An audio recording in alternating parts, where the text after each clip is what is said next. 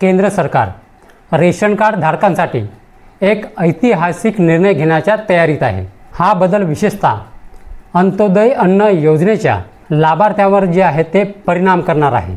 धान्य वाटपातील विषमता संपवण्यासाठी हा नवीन नियम जो आहे तो आणला जात असून यामुळे काही कुटुंबांना फायदा तर काही कुटुंबांना तोटा सहन करावा लागू शकतो।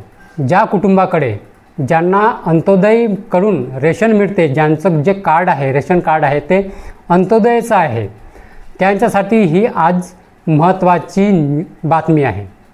कारण कसं आहे, राज्य सरकार एक ऐतिहासिक निर्णय घेणार आहे। कोणासाठी? फक्त अंत्योदय अन्न योजनेवाल्यांसाठी, ज्यांच्याकडे अंत्योदयचं कार्ड आहे, BPL वगैरे नाही।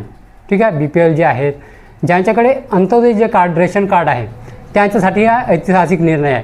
तुमच्याकडे अंत्योदय नसेल पण तुमच्या रिश्तेदाराकडे असेल, ठीक आहे, तर हा व्हिडिओ खास त्यांच्यासाठी आहे। तर तो कोणता निर्णय आहे, काय तोटा होणार आहे की फायदा होणार आहे, तर हीच माहिती आपण आजच्या व्हिडिओमध्ये जाणून घेणार आहोत। तर मंडळी व्हिडिओ शेवटपर्यंत नक्की बघा। तर नमस्कार मंडळी, मी प्रवीण शंभरकर, तुम्ही पाहता खेड्यातील मुलगा।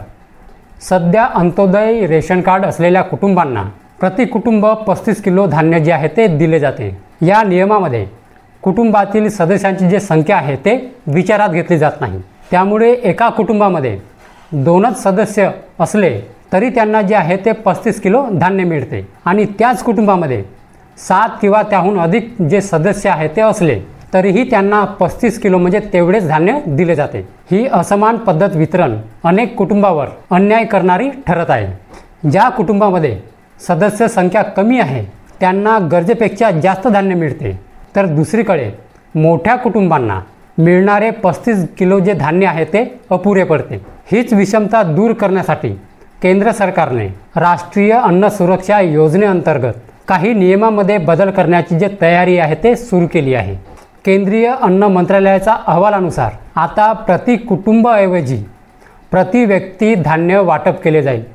पहा, लक्षात घ्या, प्रति कुटुंबाऐवजी प्रति व्यक्ती आता धान्य वाटप होणार आहे। जर अंत्योदयवाल्यांना कसं आहे, त्या घरामध्ये समजा 2च व्यक्ती असतील, रेशन कार्डवरती समजा 2च व्यक्तीचं नाव असेल, त्या घरामध्ये फक्त 2च व्यक्ती असतील तरी त्यांना 35 किलो अनाज मिळते आणि दुसऱ्या कुटुंबात समजा 7 व्यक्ती असतील, 8 व्यक्ती असतील किंवा 10 व्यक्ती असतील तरी त्या कुटुंबांना 35 किलो अनाज मिळते।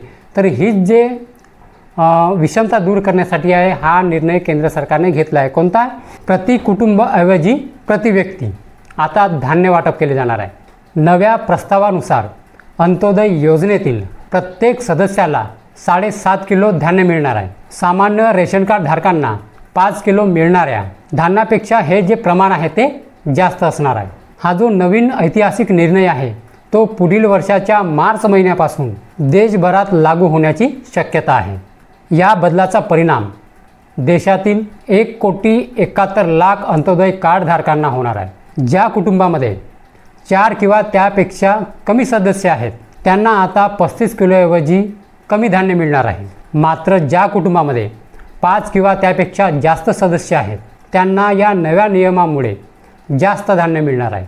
केंद्र सरकारच्या मते यामुळे धान्याची बचत होईल आणि त्या खऱ्या गरजू कुटुंबापर्यंत पोहोचवणे शक्य होईल। तर बघा, केंद्र सरकार जो आहे हा ऐतिहासिक निर्णय घेणार आहे। कोणता? तुम्हाला तर समजलं असेल पण पुन्हा एकदा मी समजून सांगतो। अंत्योदय रेशन कार्ड धारकांना ज्या कुटुंबामध्ये समजा 2च लोक असतील त्यांना 35 किलो अनाज मिळते आणि समजा दुसऱ्या अंत्योदय कुटुंबामध्ये समजा त्या कुटुंबामध्ये समजा 7 व्यक्ती असतील तरी त्यांना 35 किलो मिळते। तर आता हा जो नियम आहे तो चेंज करणार आहे। मार्च 2026 पासून संपूर्ण देशभरामध्ये लागू करणार आहे। कोणता? की अंत्योदय जे धारक आहेत, अंत्योदय रेशन कार्ड जे धारक आहेत त्यांना प्रति व्यक्ती 7.5 किलो आता अनाज जे आहे ते धान्य जे आहे ते मिळणार आहे।